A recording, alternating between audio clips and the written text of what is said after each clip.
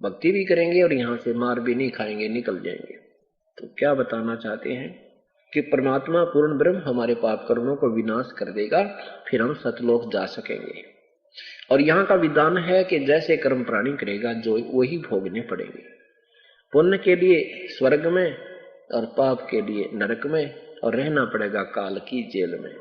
एक पुण्य एक पापी आया, एक है सूम दलेल वे, गरीबदास सतपुरुष भजन बिन, सब ही काल की जेल वे। एक पुण्य करने वाला है, बड़ा धार्मिक व्यक्ति है, बहुत अच्छी बात है। एक पाप ही पाप कर रहा है,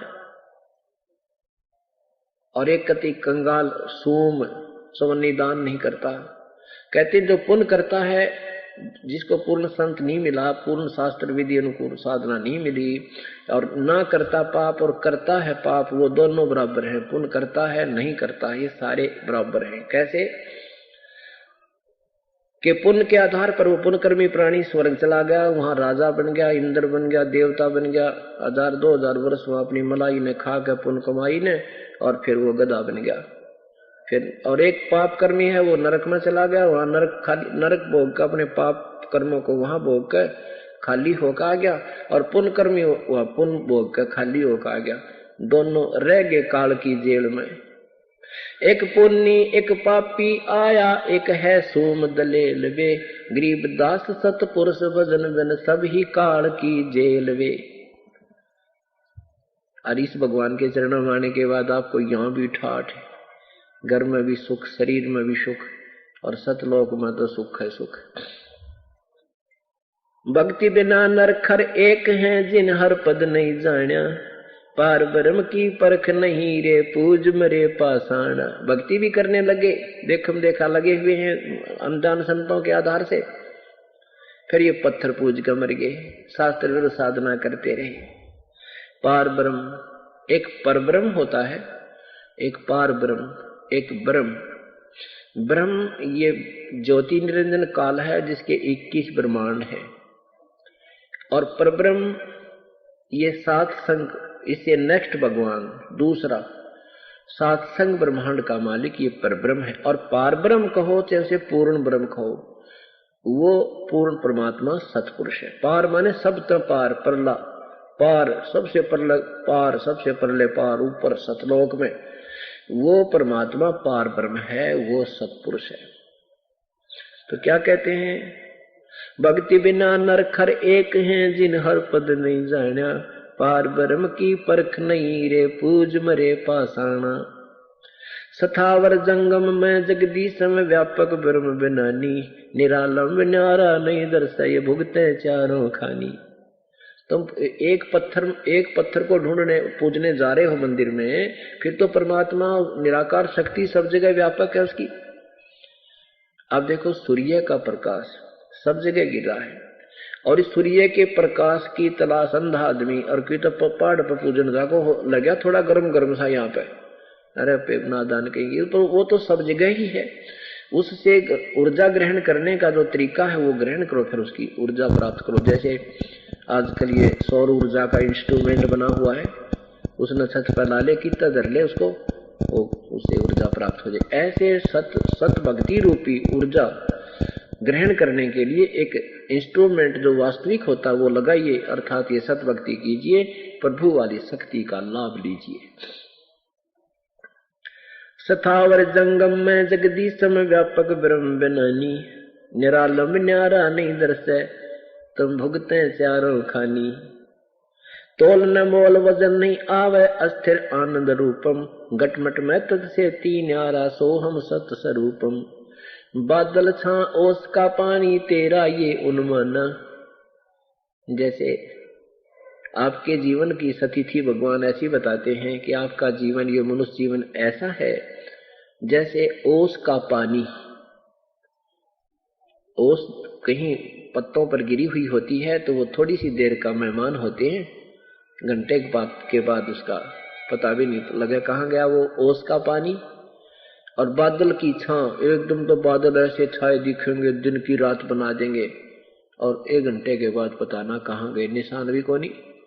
ऐसे ही परमात्मा कहते हैं पानी केरा बुदबुदा आसमान उसकी जात, देखत ही छुप जाओगे जो तारे प्रभात।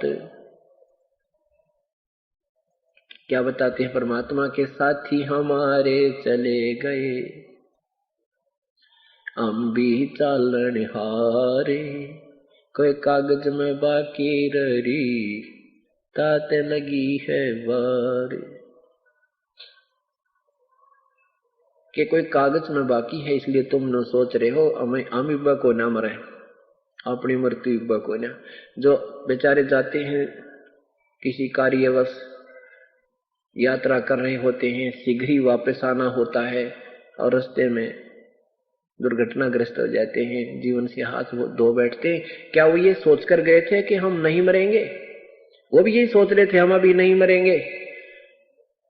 ये भूल काल ने लगा रखी है। कबीर साहब कहते हैं मौत भूल गया बावड़े, अचरज किया कोने, तन माटी में मिल जागा जो आटे में लोने।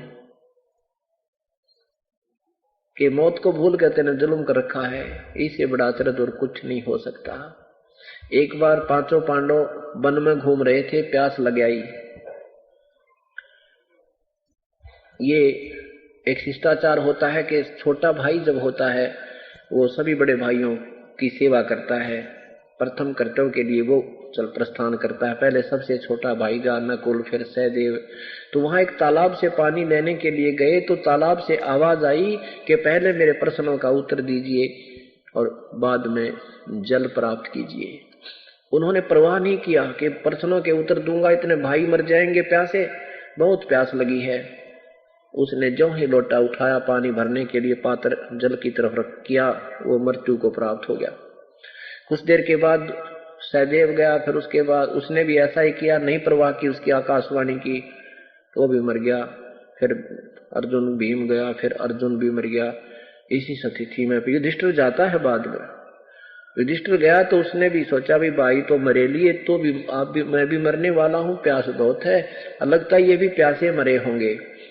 उसने भी पानी पीने के लिए जो ही तालाब की तरफ हाथ किया तो आकाशवाणी की कि मेरे प्रश्नों का उत्तर दो पहले, बाद में पानी जल ग्रहण करना, नहीं तो तेरी हालत भी तेरे भाइयों जैसी हो जाएगी। युधिष्ठिर ने कहा कि प्रश्न करो कि संसार में सबसे बड़ा अचंभे की बात कौन सी है।